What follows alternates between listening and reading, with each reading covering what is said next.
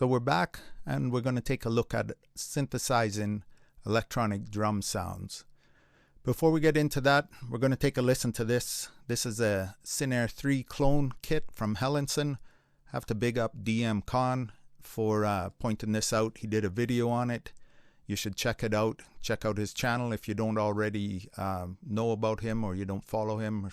You should definitely search for DM Khan on YouTube here. Now this kit, like I say, it's a clone. It's the sound of the original kit. Now the difference is the original one had a pad built into it to trigger it. And this is just the electronic portion. DM Khan has he's using in his video, when you see it, a drum pad that he's triggering it with, just a regular electronic drum pad from an electronic kit. So you can plug that into the trigger. I'm using a drum machine that's just off the screen and triggering it with a sound from there. So let's listen to this and we'll play around with the controls and let you hear the variety of sounds. You're going to recognize it.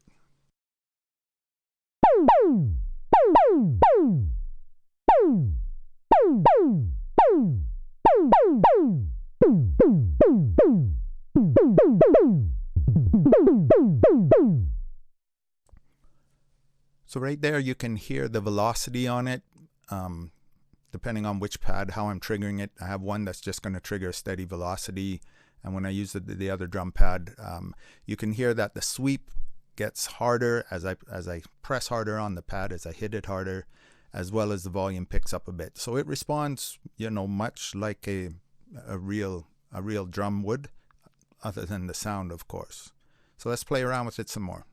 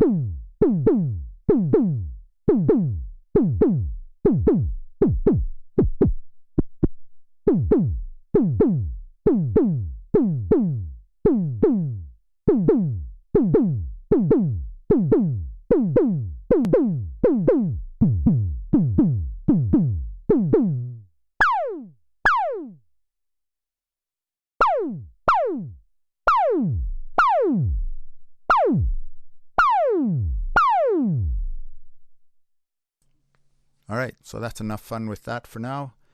I'm sure you recognize the sound. And now we're going to take a look at creating this from a software synth. I have a little hardware synth I'd usually use, a Bass Station 2, that works really good and quick to pull up these sounds. It's pretty quick with software synth as well. So let's start looking. This is Repro 1 from Yuhi. I don't think that's how they pronounce it, but that's how I'm saying it.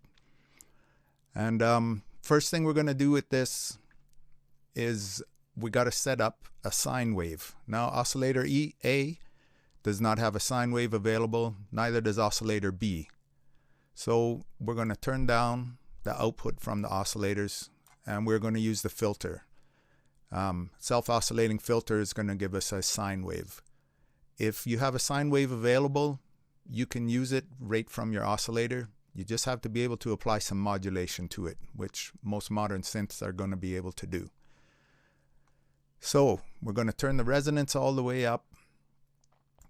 Going to bring the cutoff down somewhat. And we should get a sound if we play this now. Let's see. We're getting a sound. Now, first thing to do after we get the basic sine tone coming out is to set up our amp envelope. Okay, so I know these are pretty fast envelopes here. That 50 and below is still pretty quick, so I'm going to go up a little over half. We're going to tune these by ear to try and get the sound that we're after. Sustain goes all the way down. The attack you want fast. And let's see how this sounds.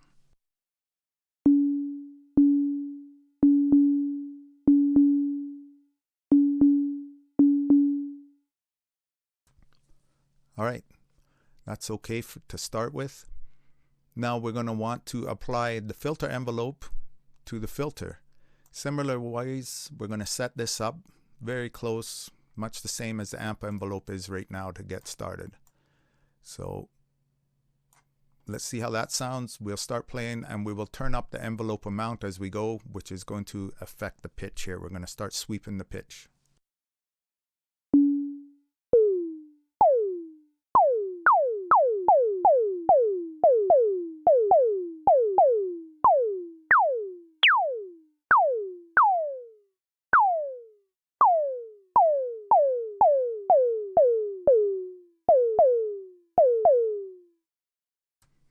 Okay, we're getting very close to the sound. If we want to adjust it, we're going to start adjusting the cutoff to try and get the pitch that we want, okay?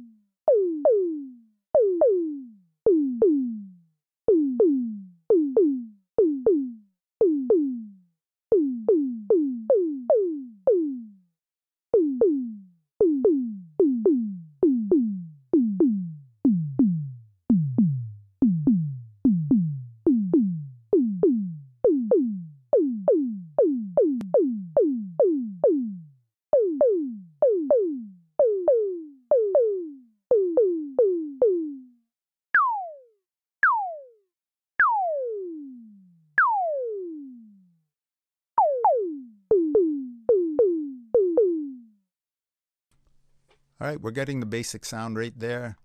There's a lot of fine tuning you can do to get the exact sound and match it closer, which I'm not going to get into here, but very small changes to the envelope as you hear and to the cutoff pitch and to the envelope amount makes a big difference to the sound. I want to show you what I like to do a lot of times, which is add some attack to the envelope amount. Okay, it makes a difference on the very beginning of the sound. It's a very little bit. It's very, very fast, but it's going to pitch it up from this low amount wherever your cutoff is set. It's going to quickly pitch it up and then it's going to sweep down according to your decay and release settings.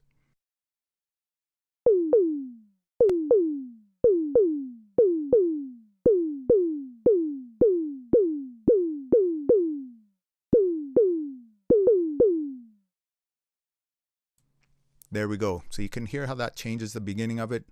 Now we're going to apply some velocity response, and that's done on this synth with these two little controls here, one for the amp envelope, one for the filter envelope. You just got to see how it works on your synth to apply velocity to your modulation envelope or whatever it's called, whether it's called filter envelope or mod envelope. Applying the velocity to this will make a difference. You know, when you go to program your sound and you adjust your velocity in there, it's going to adjust the pitch, the amount of sweep, as well as the volume. So it just makes it a lot more playable. Sounds more like a real instrument.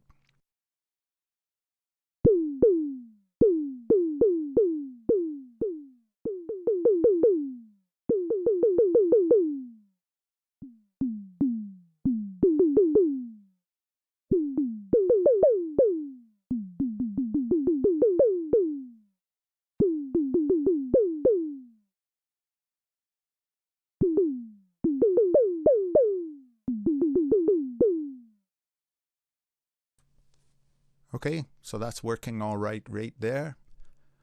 Now the next step we can do, if you turn up your keyboard amount, now it's going to track the pitch of the cutoff according to where you play on the keyboard. Right now I could play any note on the keyboard, the same pitch is coming out.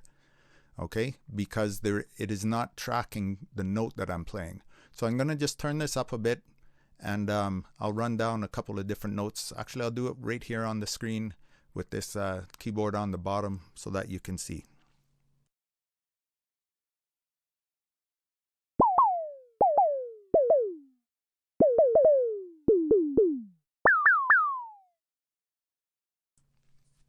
Okay, so if you want to use it like a set of toms and get different pitches out of it, not just with the velocity, but by using the different keys and set it up like, 3 or 4 toms, you adjust your keyboard amount and that will get you there. Okay, for now I'm going to turn it back down. I'm going to make this sound a little bit longer, and then we're going to apply some modulation from an LFO, and also some frequency rate modulation, which is the same thing that the original kit does.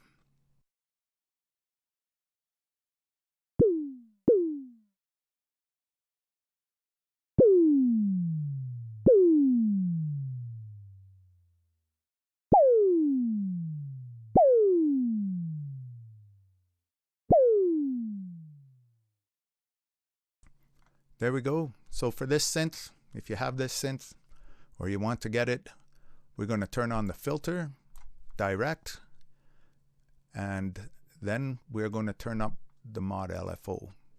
Okay. The rate is controlled right here. The shape, this is what we want, the triangle. Okay, so we're going to get a triangle wave modulating the frequency here.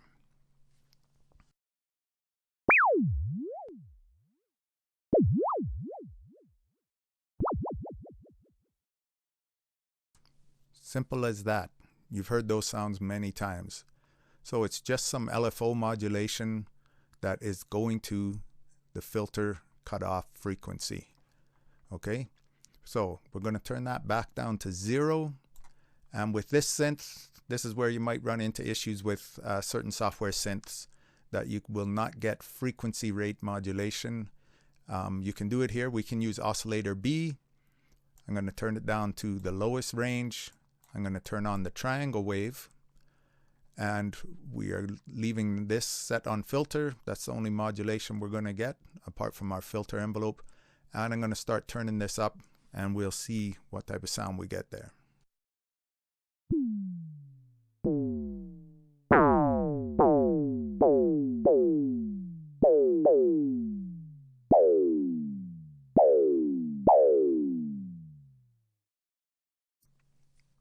There you go. That's it. As you see, you don't need very much to make a difference. You go a little bit more and you're going too far for this type of sound. If you're after that, you want to stretch it farther and use that sound as a sound effect is fine. But to imitate the original machine, you don't need to push it too far. Although the original machine goes farther than what I pushed it here just now as well. But it's a very small amount of modulation gets you there. Let's try the LFO again. I'm going to turn it all the way up because these LFOs get up just into frequency range as well. So let's try it again with the LFO set on a triangle wave and turn the speed all the way up so you could just hear how fast that is.